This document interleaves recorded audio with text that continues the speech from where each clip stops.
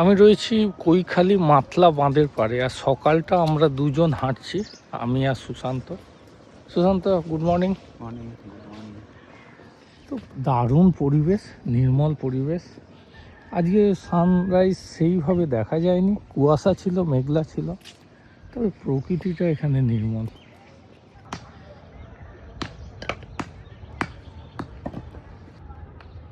এখানে মাতলা নদী সমুদ্রের মতো, এপার ওপার দেখা যায় না, এতটাই চওড়া।